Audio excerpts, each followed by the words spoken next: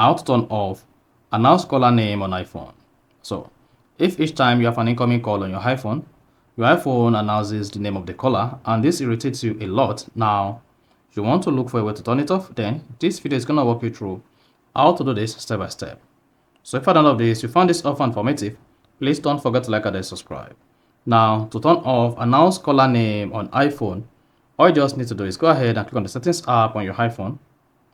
On your iPhone settings, scroll down and click on the phone app. If you're using iOS 17 or earlier, on iOS 18 or later, click on apps. Then scroll down the page until you get to the phone app. So just keep scrolling. Here you have the phone app. Go ahead and click on that. Under the phone app, locate announce calls and click on that. Then to disable or turn off announce caller name on your iPhone, shows never.